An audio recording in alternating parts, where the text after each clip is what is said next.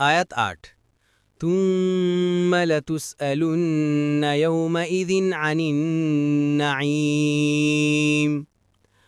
অনুবাদ: তারপর অবশ্যই সেদিন তোমাদেরকে নিয়ামত সম্পর্কে প্রশ্ন করা হবে। তাফসির ১ নং ফুটনোটের বিবরণ। অর্থাৎ তোমরা সবাই কিয়ামতের দিন আল্লাহ প্রদত্ত নিয়ামত সম্পর্কে জিজ্ঞাসিত হবে যে সেগুলোর শুকর আদায় করেছ কিনা, সেগুলোতে আল্লাহর হক আদায় করেছ কিনা, নাকি পাপ কাজে ব্যয় করেছ। সাদির এতে সকল প্রকার নিয়ামত এসে যায়। কোরআন ও হাদিসের অন্যত্র এরকম কিছু নিয়ামতের উদাহরণ দেয়া হয়েছে। অন্য আয়াতে এভাবে করা হয়েছে, ইন্নাস সামআ ওয়াল বাসরা ওয়াল ফুআদা কুল্লু উলাইকা কানা আনহু মাসউলা। কান, চোখ, হৃদয় এদের প্রত্যেকটি সম্পর্কে কৈফিয়াত তলব করা হবে। সূরা ইসরার ৩৬। এতে মানুষের শ্রবণ শক্তি, দৃষ্টিশক্তি ও হৃদয় সম্পর্কিত লাখো নিয়ামত অন্তর্ভুক্ত হয়ে যায়, যেগুলো সে প্রতি মুহূর্তে ব্যবহার করে। বিভিন্ন হাদিসেও নিয়ামত সম্পর্কে জিজ্ঞাসিত হওয়ার কথা স্পষ্টভাবে এসেছে।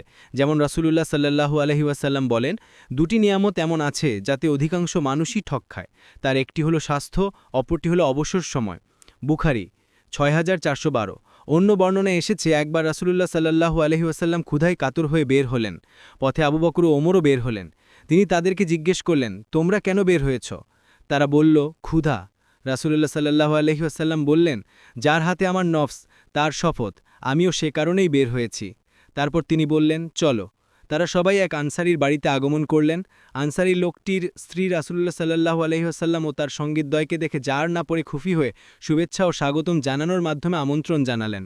রাসূলুল্লাহ সাল্লাল্লাহু আলাইহি ওয়াসাল্লাম বললেন, অমুক কোথায়? স্ত্রী জানালো যে সে সুপেয় পানির ব্যবস্থা করতে গেছে। ইতোমধ্যে আনসারী লোকটি এসে তাদেরকে সাদর সম্ভাষণ জানিয়ে বললেন, আলহামদুলিল্লাহ, আজ কেউ আমার মতো মেহমান পাবে না। তারা বসলে তিনি তাদের জন্য এক কাঁধি খেজুর নিয়ে আসলেন, যাতে কাঁচা পাকা, আধা পাকা, ভালো মন্দ সব ধরনের খেজুর ছিল। তারপর আনসারী লোকটি ছুরি নিয়ে দৌড়ালো। রাসূলুল্লাহ সাল্লাল্লাহু আলাইহি ওয়াসাল্লাম বললেন, সাবধান, দুধ দেয় এমন ছাগল জবাই করো না। আনসারী তাদের জন্য জবাই করলে তারা ছাগলের গোশত খেল, খেজুর গ্রহণ করল, পানি পান করল। তারপর যখন তৃপ্ত হলো তখন রাসূলুল্লাহ সাল্লাল্লাহু আলাইহি ওয়াসাল্লাম আবু বকর ও ওমরকে বললেন, তোমরা কিয়ামতের দিন এই সমস্ত নেয়ামত সম্পর্কে জিজ্ঞাসিত হবে।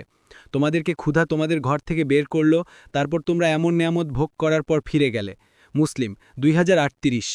অন্য বর্ণনায় এসেছে, এই আয়াত নাজিল হলে জুবায়ের রাদিয়াল্লাহু আনহু বললেন, হে আল্লাহর রাসূল, আমরা কোন নেয়ামত সম্পর্কে জিজ্ঞাসিত হব?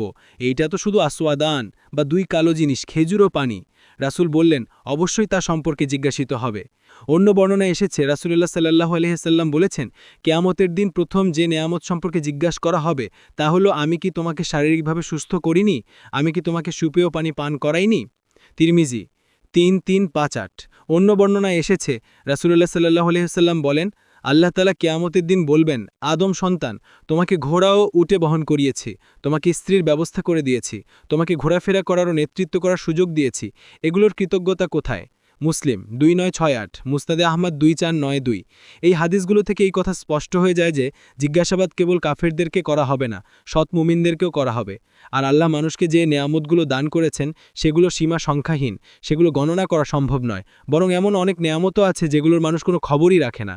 কোরআন মজিদে বলা হয়েছে, যদি তোমরা আল্লাহর নেয়ামতগুলো গণনা করতে থাকো তাহলে সেগুলো পুরোপুরি গণনা করতেও পারবে না। সূরা ইব্রাহিম ৩৪। আদওয়াউল বায়ান আত তাফসিরুস সাহিহ।